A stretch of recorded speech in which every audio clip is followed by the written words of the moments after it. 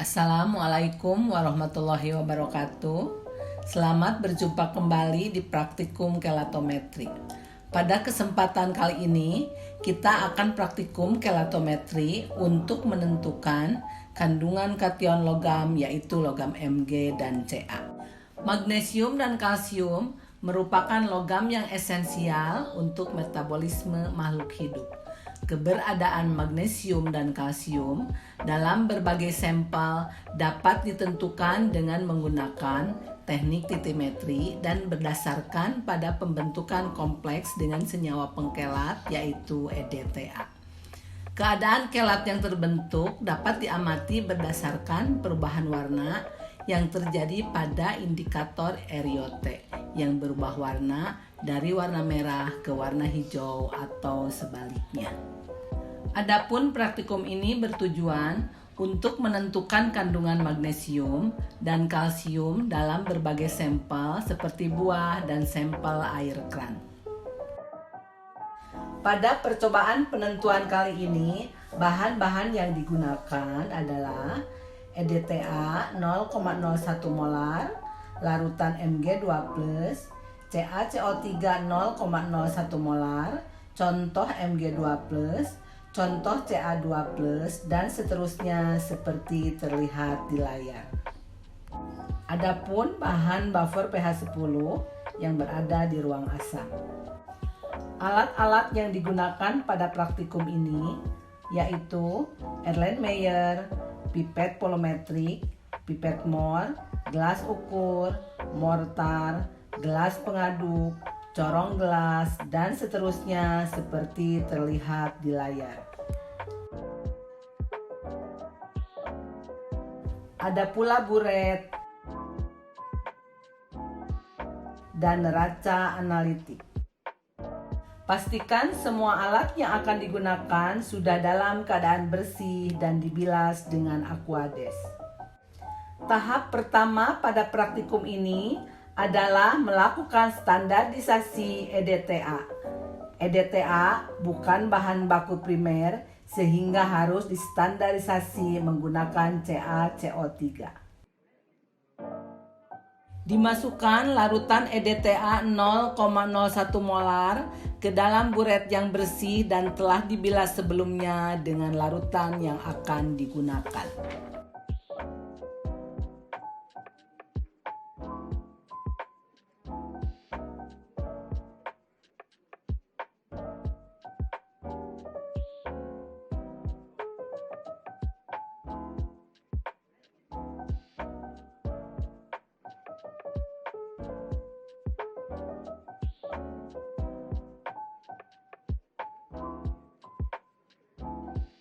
Pastikan cerat telah terisi penuh.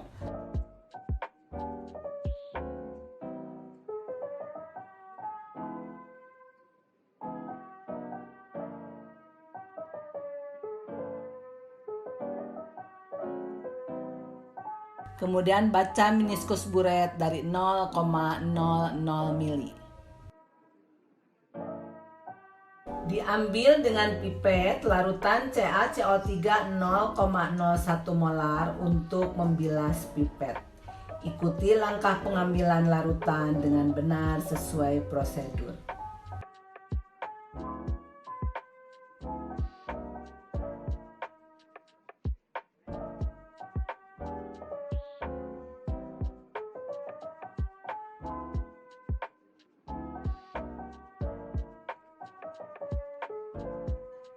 Pipet larutan CaCO3 sebanyak 10 ml sesuai dengan prosedur.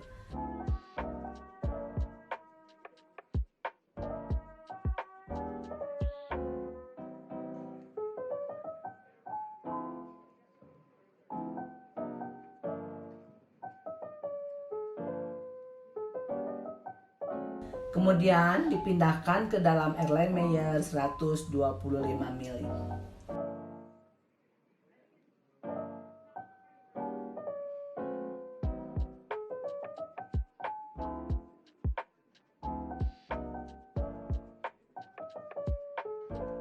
Tambahkan 5 tetes NaOH ke dalam larutan CaCO3.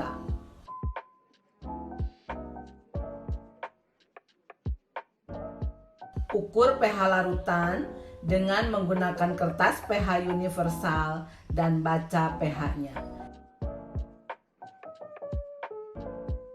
pH yang diinginkan berada pada sekitar pH 10. Untuk menjaga kestabilan pH, maka ke dalam larutan ditambahkan 1 ml buffer pH 10.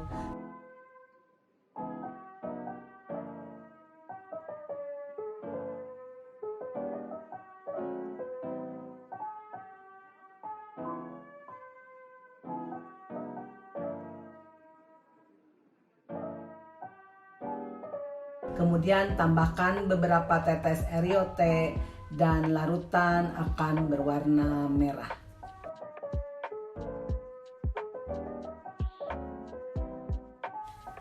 Dilakukan titrasi dengan menggunakan titran EDTA sampai titik akhir, yaitu berwarna hijau kebiruan. Titrasi kemudian dihentikan.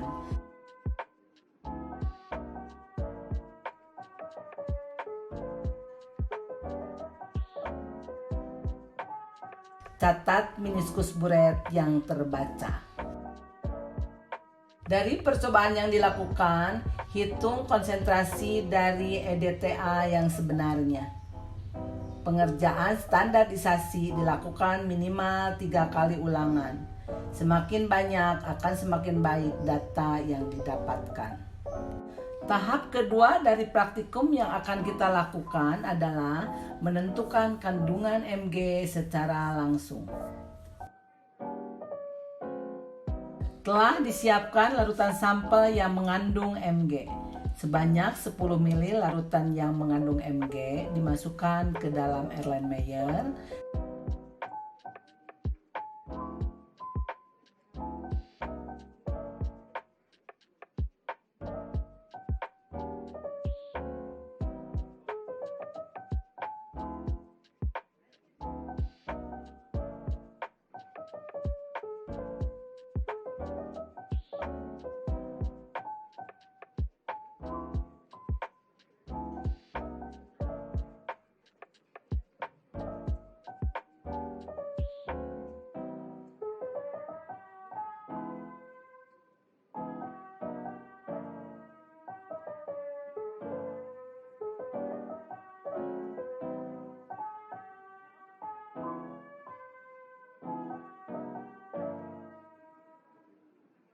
Kemudian ditambah 1 ml larutan buffer pH 10.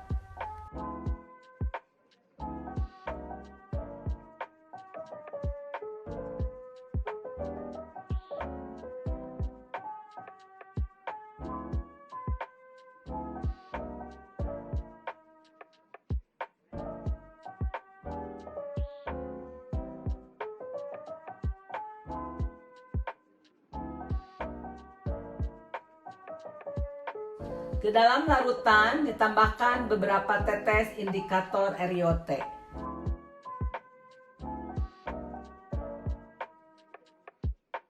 Kemudian dilakukan titrasi dengan menggunakan EDTA. Jangan lupa mencatat meniskus awal apabila meniskus buret tidak dari 0,00 mili.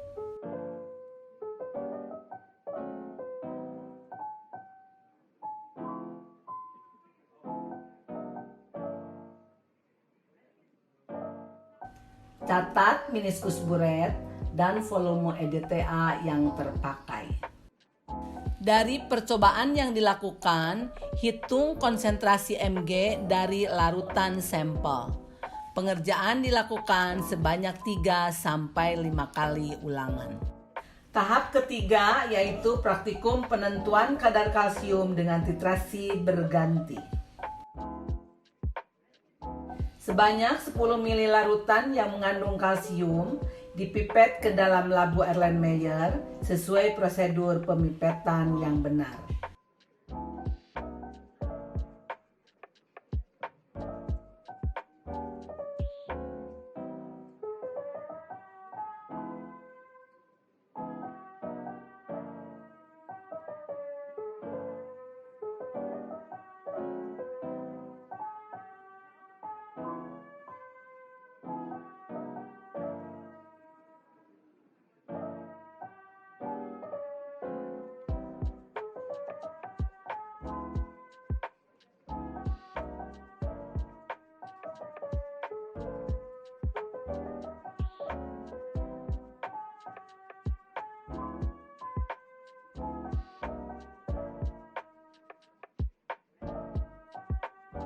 Ditambahkan 1 ml larutan buffer pH 10.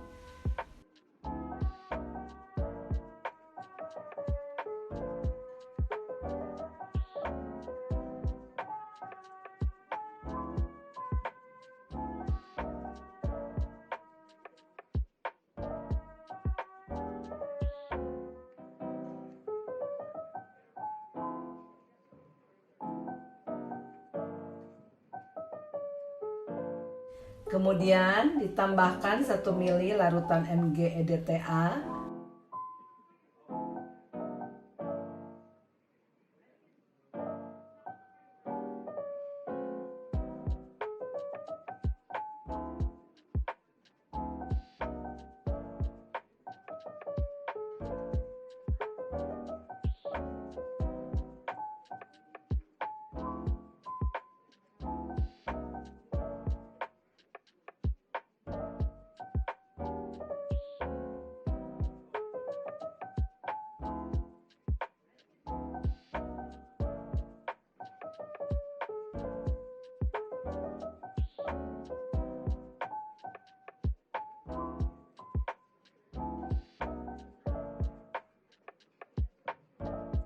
dan ditambahkan beberapa tetes larutan indikator eriote.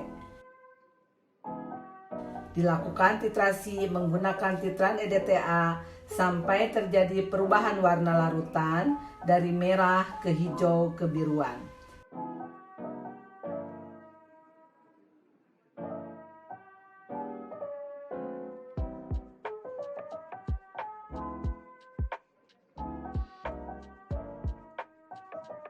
Catat volume EDTA yang terpakai.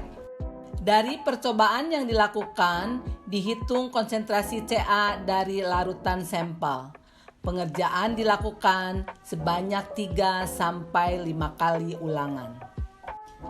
Tahap yang keempat adalah penentuan kadar kalsium menggunakan teknik titrasi kembali. Disiapkan buret bersih yang telah dibilas dengan larutan Mg dan kemudian diisikan larutan Mg ke dalam buret.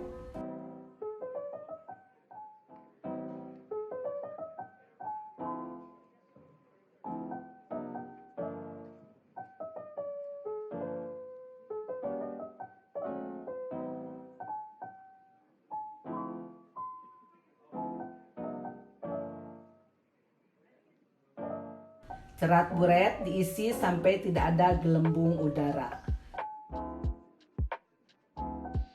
Dan siapkan meniskus buret di angka 0,00 mili.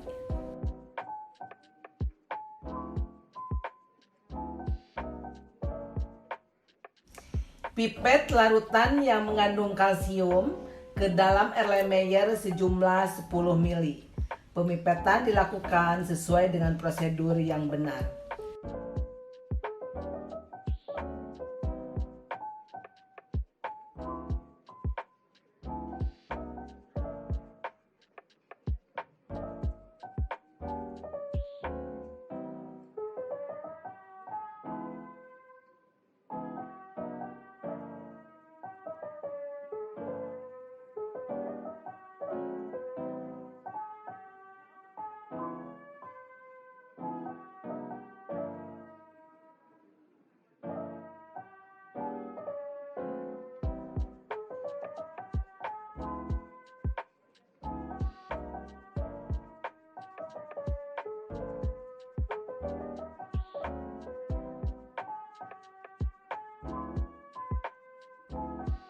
Ke dalam larutan tersebut ditambahkan 1 ml larutan buffer pH 10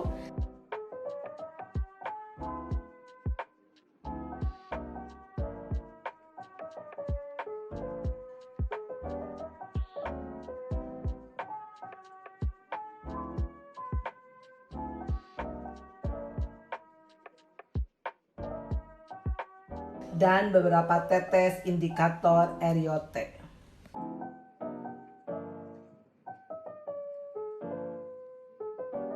Ke dalam larutan kalsium yang telah ditambah dengan indikator tadi, Dimasukkan larutan EDTA secara berlebih dan kuantitatif dari buret lain.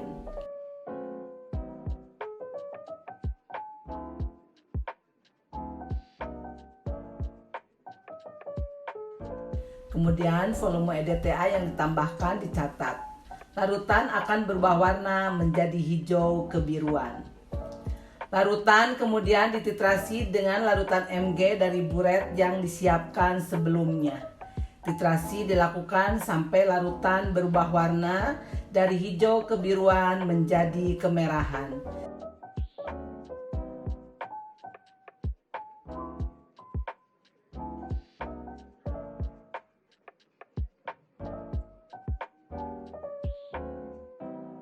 Catat meniskus dan ukur volume larutan Mg yang terpakai.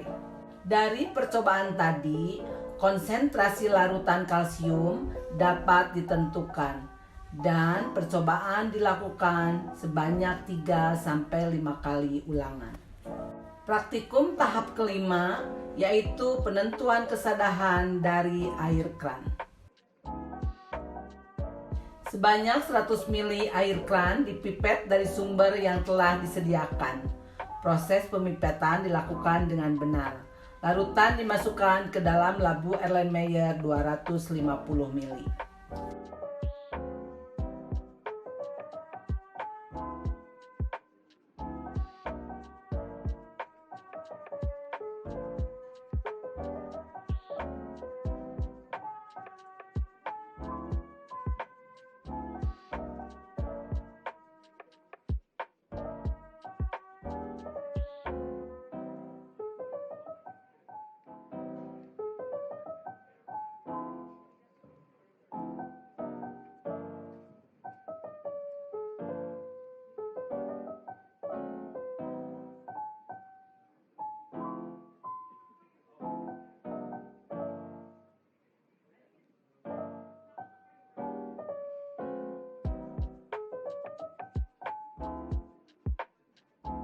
Ke dalam air kran ditambahkan larutan buffer pH 10 sebanyak 2 ml.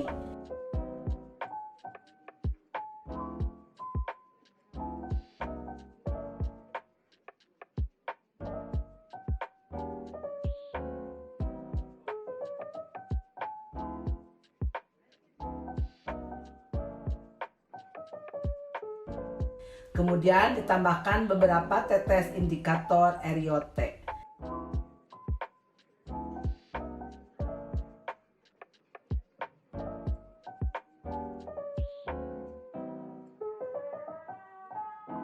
Dan larutan dilakukan titrasi dengan menggunakan EDTA sampai warna berubah dari kemerahan menjadi hijau kebiruan.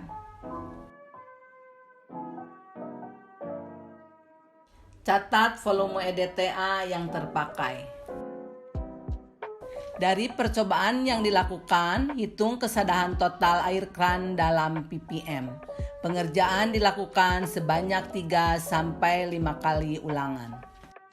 Bagian ke-6 dari praktikum ini adalah menentukan kadar kalsium dari buah belimbing. Ditimbang buah belimbing seberat 20 gram secara kuantitatif.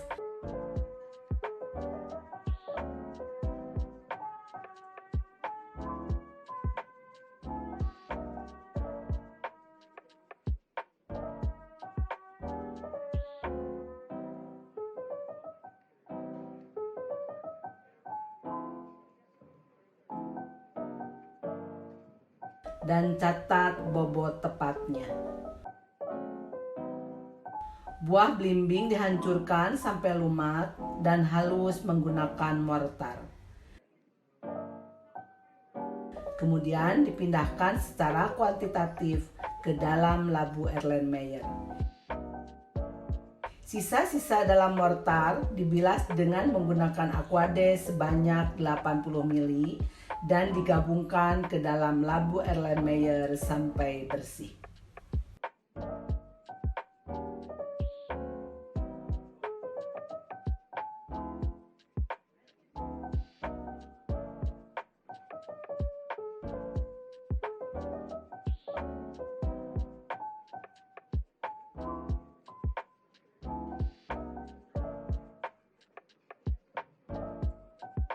Ke dalam sampel buah ditambahkan beberapa tetes NaOH untuk membuat larutan menjadi basah.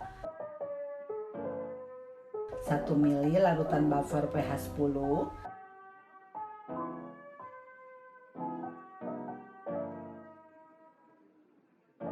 dan beberapa tetes indikator eriotek. Dilakukan titrasi menggunakan titran EDTA. Titrasi dihentikan sampai terjadi perubahan warna, yaitu menjadi biru kehijauan.